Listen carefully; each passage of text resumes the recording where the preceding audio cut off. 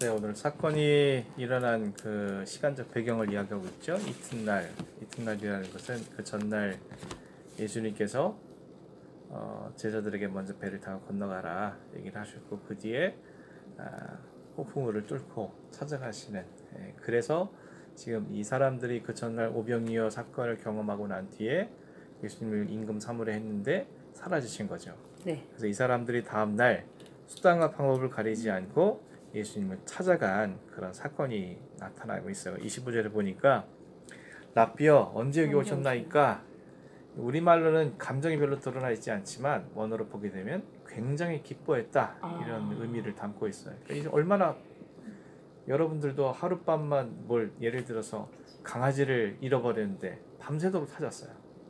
근데 다음날 아침에 딱 한대 맞았어. 얼마나 기쁘겠어요.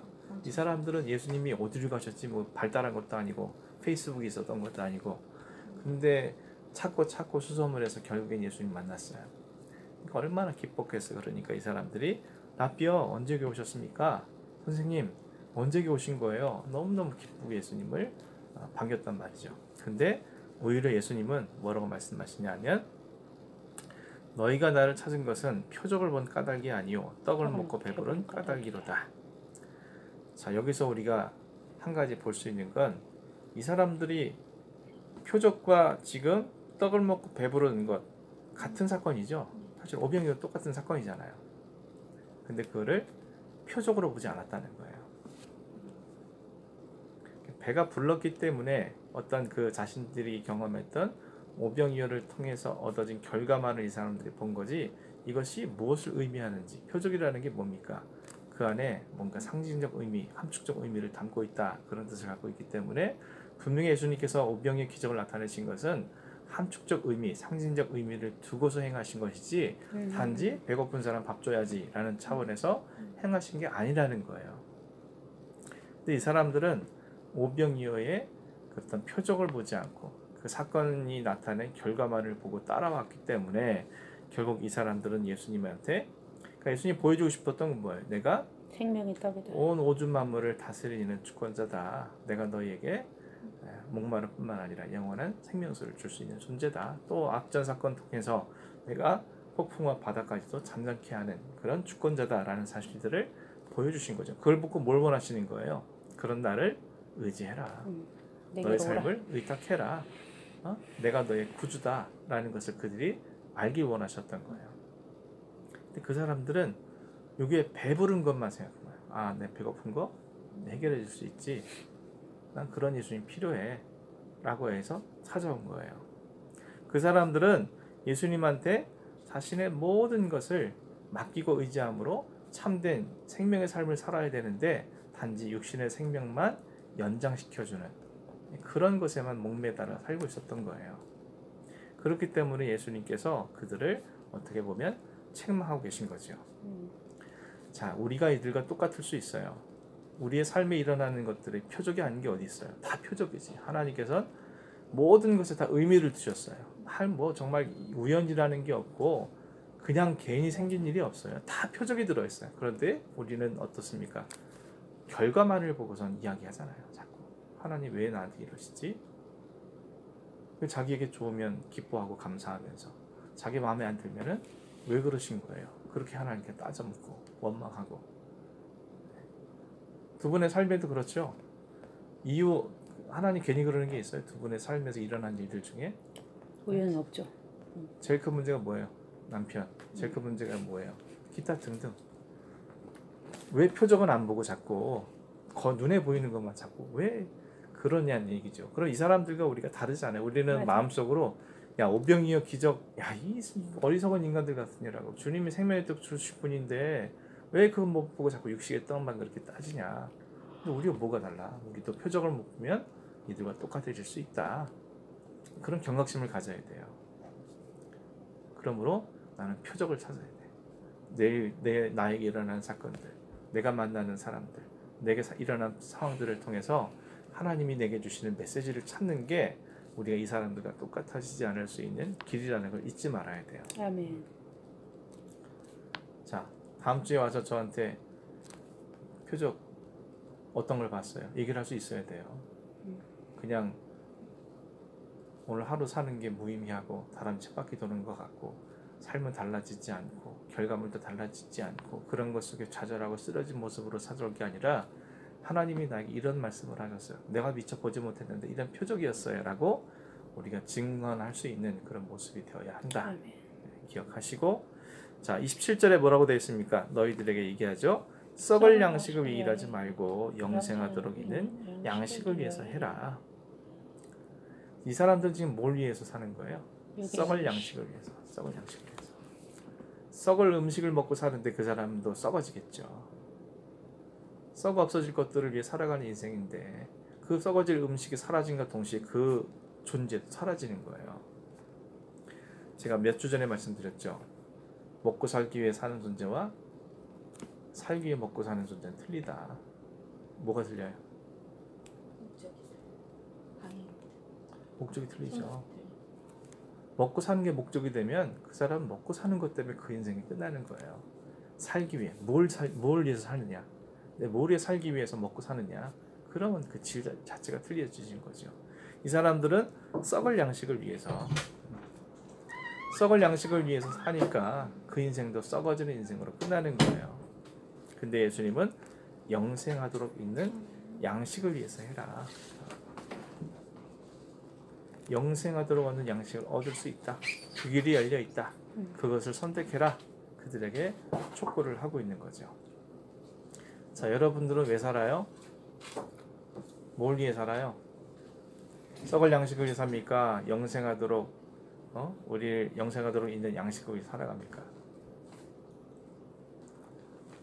겉으로 드러나는 거 말고 하나님 다 알고 계셔. 우리가 뭘 위해 사는지.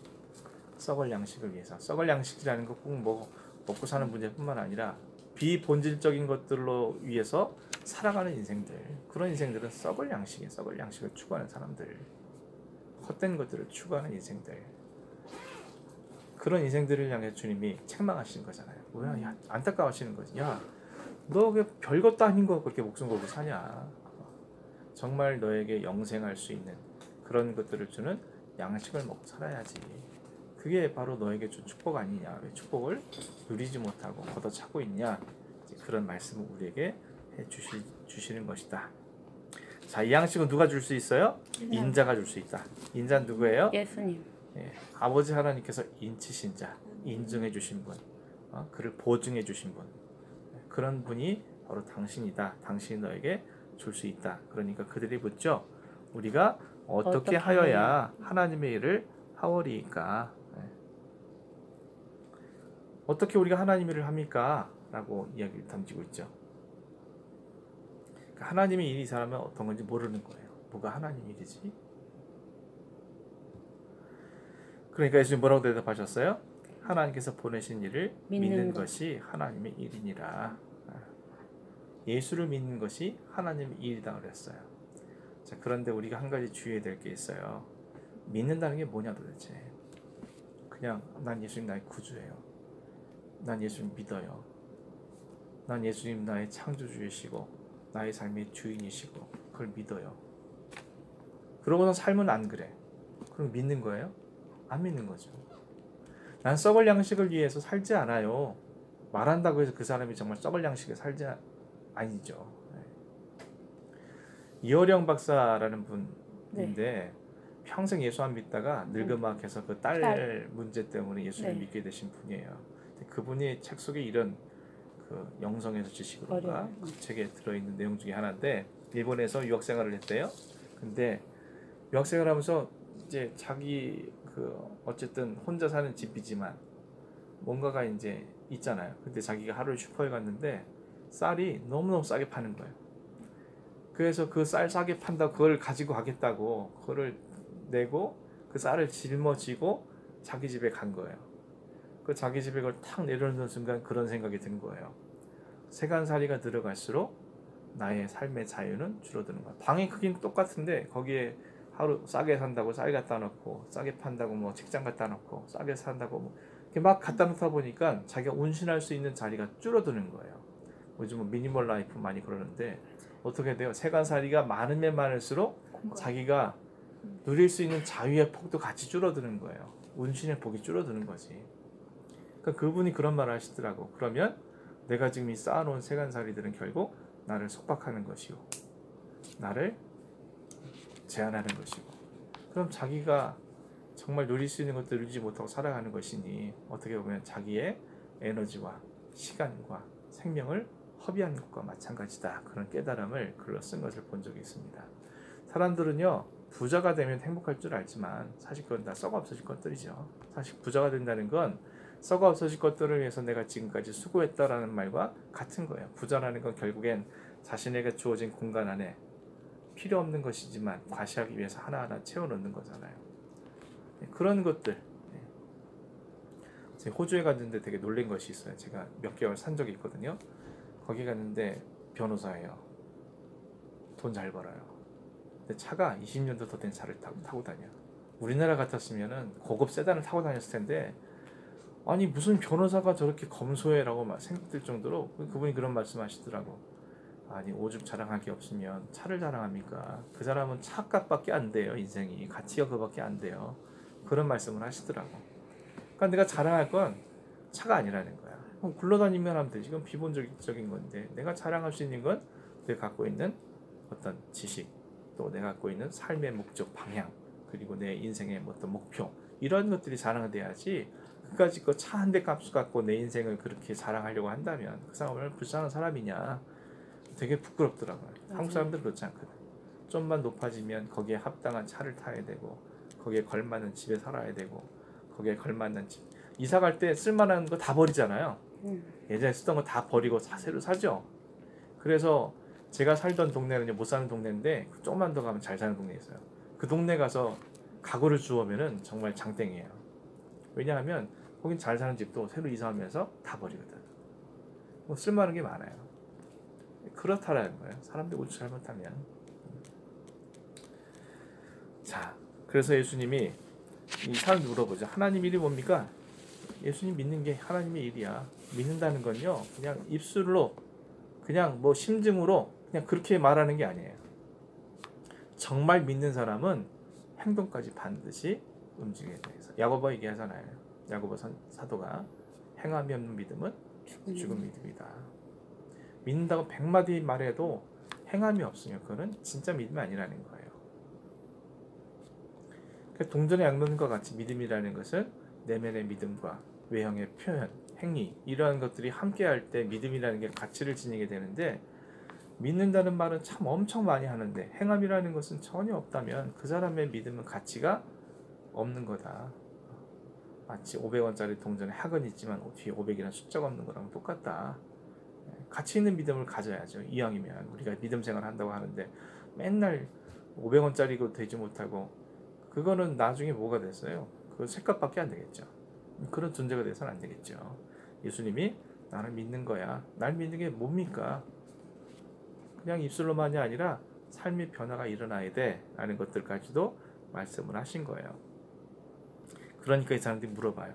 내가 당신 뭘 보고 믿겠습니까? 당신이 믿도록 행하신 표적이 뭡니까? 하신 일이 뭡니까? 이렇게 물어봐요. 자, 이 사람들이 지금 예수님께 구하고 있는 게 뭐예요? 뭘 보고 보일 수 있는 표적이 뭡니까? 보여달라는 거예요. 자꾸. 뭘 좀 보여주세요.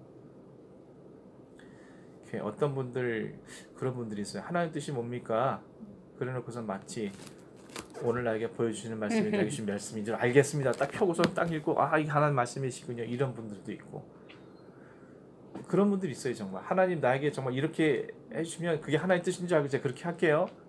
제가 일주일 기도할 텐데요. 그때 뭐 사인을 좀 주시든가, 마음에 감동을 주시든가, 뭐 누구를 입술을 통해서 말해주시든가 좀 해주세요.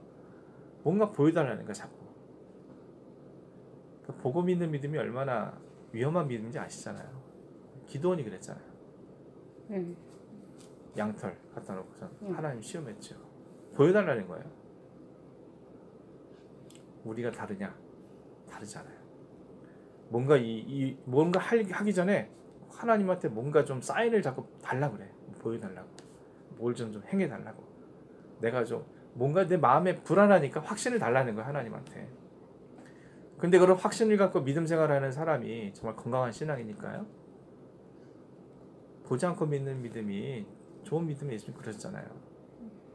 근데 자꾸만 뭘 보길 바라고 보여줘만 움직이고 보여줘만 뭔가를 선택하게 되고 그런 신앙의 삶이라면 그 사람의 신앙이 건강한 신앙이라고 말할 수 없는 거죠. 이 사람들이 그랬어요. 보여주세요. 뭐죠?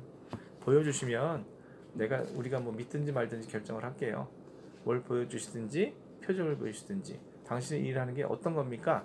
좀 설명 좀 해주세요. 라고 예수님한테 얘기를 했죠. 그랬더니 예수님 무슨 말씀하셨어요? 만나 얘기. 얘들이 만나 얘기 물어봤죠. 광야에서 만나를 먹었습니다. 그러니까 예수님이 그거는 모세가 준 게 아니라 하나님이 주신 거야. 그리고 하나님께서 너희들에게 참떡을 줬어. 그리고 하나님의 떡은 하늘에서 내려서 생명을 주는 거야. 라고 답변을 하셨어요.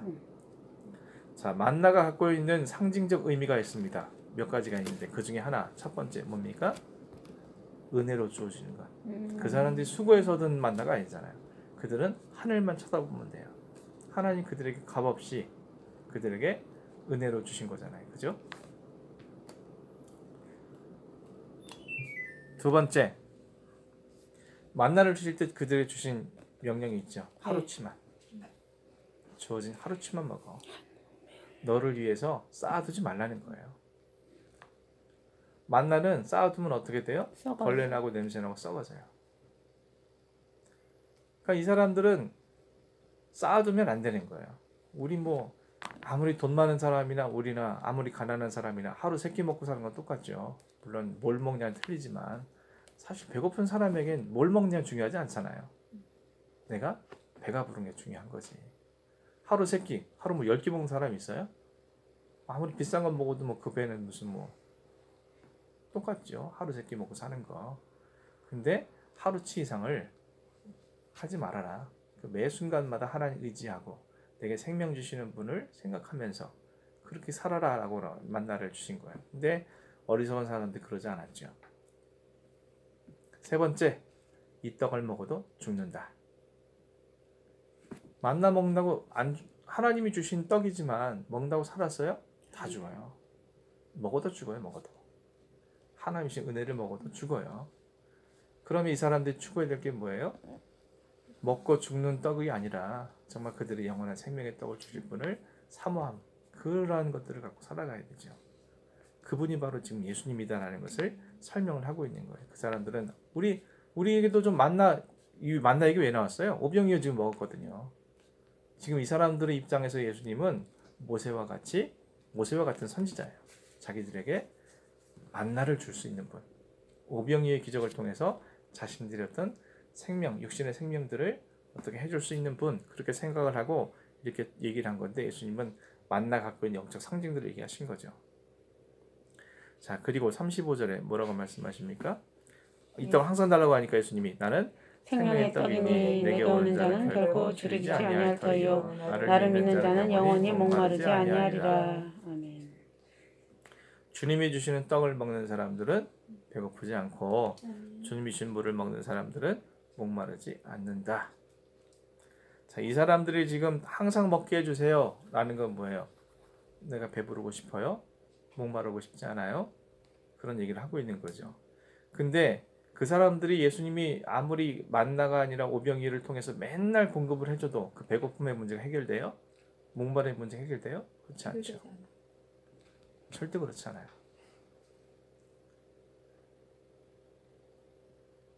이사야가 뭐라고 한탄을 합니까? 55장에 오호라 그래서 한탄하잖아요. 그거는 사도 바울이 한 얘기고요. 오호라 너희 목마른 자들아 내게 오라. 돈 없는 자도 오라. 값없이 돈 없이 너희는 왜 배부르지 못할 것을 위하여 수고하며 은을 달아주냐? 그 말씀하신 55장 1절부터 네. 나오죠. 네. 그 뭐라고 말해요? 거기서 또 양식 아닌 것을 위하여 은을 달아주며 배부르게 하지 못할 것을 위하여 수고하느냐? 내가 듣고 들을지어다. 듣고 그리하면 오라 그러면서 너희가 얘기하죠. 좋은 것을 먹을 것이다. 자신들이 기름진 것으로 죽음을 얻으리라. 그 다음에 6절부터 7절까지 무슨 말씀을 하세요?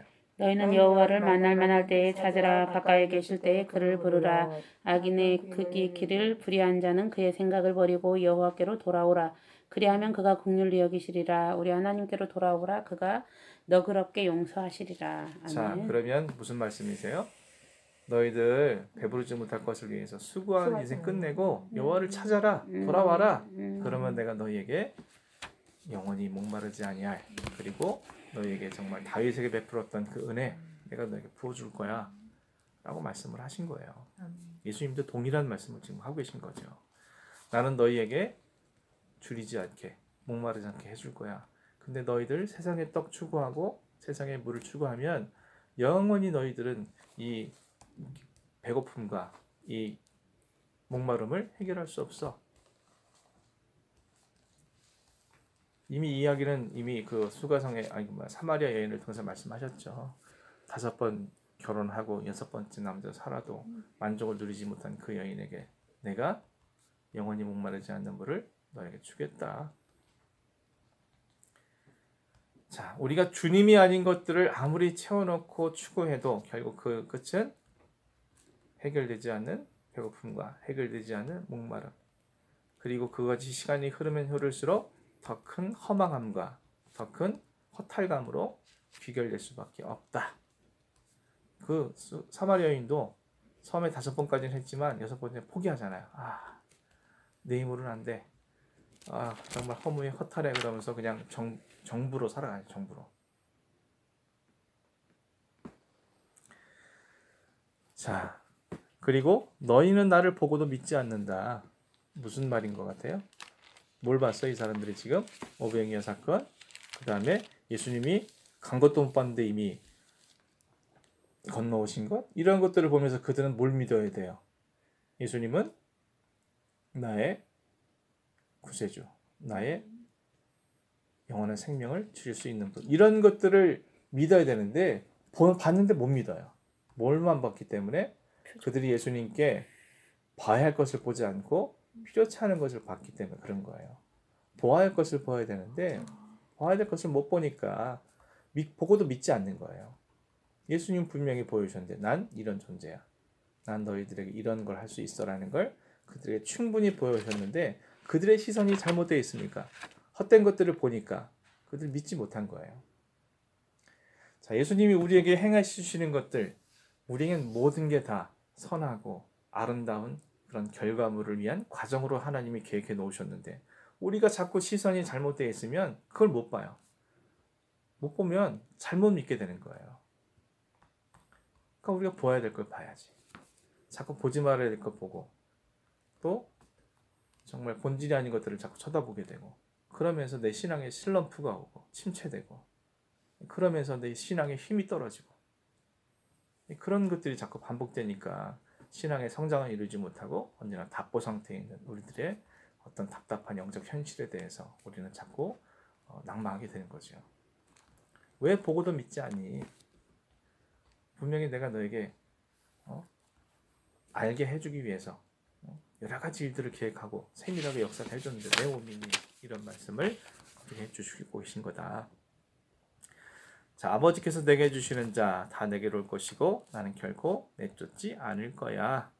이 말은 너희들 내게로 와. 그러면 난 너희들을 절대 홀대하지 않을 거야. 너희들을 떠나가지 않을 거고 너희들을 쫓아내지 않을 거야. 라고 그들에게 초청의 말씀을 하신 거죠. 그리고 내가 온 것은 하나님의 뜻을 이루기 위해서, 나를 보내신 일을 위해서 뜻을 행하려고 온 거야. 라고 말씀을 하시면서 그 뜻이 뭐냐? 마지막 날에 하나도 잃어버리지 않고 다 너희를 살리는 거야. 라고 말씀을 하고 있습니다. 결국 마지막 날이라는 것은 주님이 다시 오실 최후의 심판의 날인데 하나도 잃어버리지 않는 것이 당신의 사명의 목적이다. 지금 이것을 위해서 내가 너희들에게 말하고 있고 너희들을 초청하고 있다. 나의 초청을 받아들여라. 라고 그들에게 선언을 하고 있는 거예요. 마지막 날에 너희가 정말 살기를 원한다면 나의 이 부름에 대해서 너희들이 응답해라. 라고 그들에게 말씀을 하신 거예요. 그리고 이후의 말씀을 통해서 또 여러 가지 이야기들을 하세요. 근데 나중에 이제 결과적으로 이 66절을 보게 되면 많은 사람들이 다 떠나갔어요. 많은 사람이 예수님을 따라왔는데 이 사람들이 예수님의 이런 말씀들을 듣고 순종해서 내가 예수님 따라야지 이러면 좋은데 다 많은 사람들이 떠나가고 다시는 예수님과 함께하지 않았다. 그런 이야기를 하고 있어요. 그들의 무지몽매한 우매한 그들의 모습들을 확인시켜주는 그런 모습이라고 이해할 수 있습니다.